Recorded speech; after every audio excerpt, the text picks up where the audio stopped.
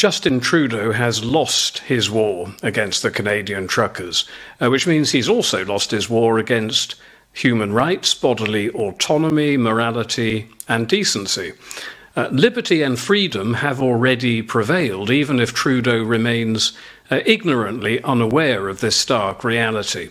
The trucks are parked in his front garden, and there's nothing he can do about it. He's already tried to smear the truckers as Nazis, but this lie has already failed. He's instructed his police departments to confiscate fuel and wood in order to freeze the truckers out, but this repulsive and genuine act of war in a city with minus 40-degree temperatures has also failed.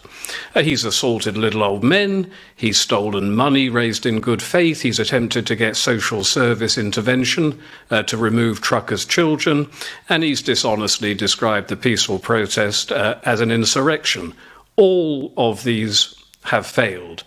And what he and his disgusting Pravda journalists would like to do now is to call in the military.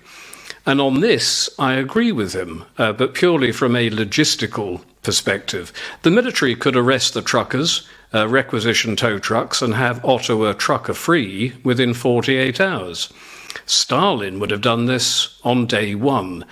But Trudeau's problem is that he is not a real all-powerful dictator like Stalin, much as he might wish he were. He's enjoyed his 2 years of emergency dictatorship, but he doesn't have the power to shoot and arrest truckers and send their families to a Siberian gulag, which means he's now completely powerless and defenseless, which also means, and this is much more important because Trudeau is just a provincial puppet, that the World Economic Forum, the United Nations, the EU Commission, the Chinese Communist Party, Bill Gates, and an obscene assortment of globalists are also powerless and defenseless as well. Now, who could have foreseen this just a few weeks ago? The globalists then held all the power as they looked down upon the COVID-terrorised middle class, the majority of whom had swallowed the fear porn propaganda hook, line and sinker. But then along came George Orwell's proletariat to retake their future from Big Brother, and there's nothing Charles Schwab and the Davos sect can do about it, let alone their little tame poodle Trudeau. And even if they manage to clear Ottawa and the various bridges linking trade between Canada and America, they simply cannot stop any number of armies of trucks from forming up again at any time and any place they wish to do so.